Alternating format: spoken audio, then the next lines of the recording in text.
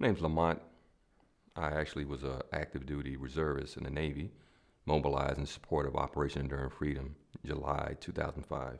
I was actually excited about joining the Navy. I was excited about giving back to the community. I think everyone at that time, the camaraderie for the nation was highest it's been since John F. Kennedy era. And I was very excited to join the Navy and wanted to be mobilized desperately.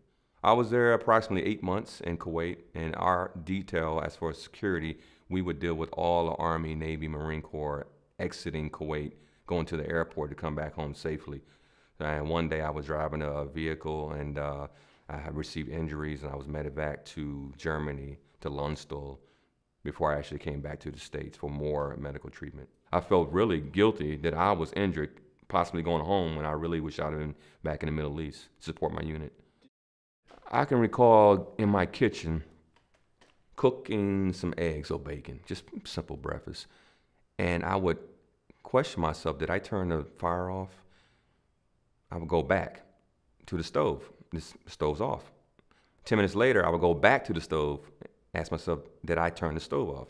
So I started thinking excessively about something may happen, something will happen.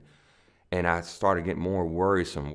I would think at night, 3-4 hours into laying down, about the past, the future.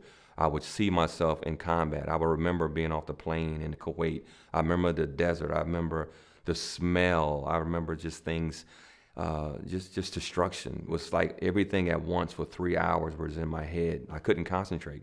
And I felt worn down. I would wake up, take a deep breath, and I felt like I was exhausted. I felt like my hands were sweaty. I was hyper.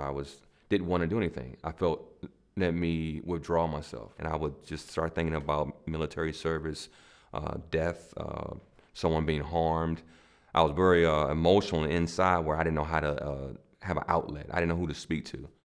I think what scared me more when I read about depression, I thought, was depression, is it bipolar, is it PTSD, what is it?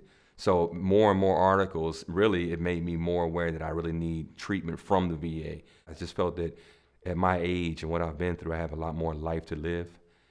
But I'm thinking about the past, and I'm thinking about life is over. I'm thinking about how can I be capable of living and smiling and enjoying all the freedoms we have in this country. And I said, let me get some control. And the only way I get control is to say, let me get an expert.